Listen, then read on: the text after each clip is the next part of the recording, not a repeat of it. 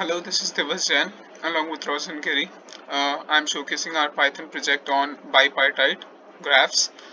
So, in the particular code, we have defined a bipartite function is bipartite, where we'll be passing in two arguments, b and adj. Adj is the adjacency list, whereas b is the color of the vertex.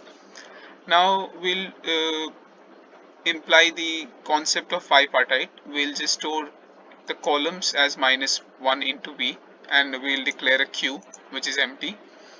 Now we'll just make a loop where we'll check if the graph is not connected. If the graph is not connected, if not colored, we'll just check this condition, which is if colon of I is not equals to -1, we'll append I with 0, and we'll give the value of column of I to 0.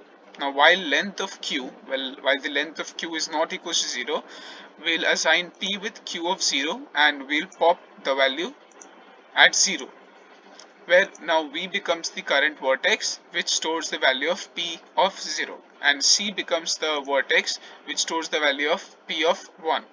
Now we'll traverse the vertex connected to the current vertex by using again a for loop for j in adjacency list of v. If column of j is equals to c, return false. If it's uncolored, if it's already colored, it will be this. If it's uncolored, it will be if column of j is equals to -1. We'll check if c equals to 1, column of j will be 0, else column of j will be 1, which is very basic concept of a bipartite checking through breadth first search, which is BFS. Now we'll append q with j and column of j, the values. Now we'll return true. Now we'll set the values for v, which is an e, and we'll create an adjacency list, an array which will be empty, and we'll give into some values. We'll just give into the values into the array, and we'll just call the function is bipartite along with b and adj.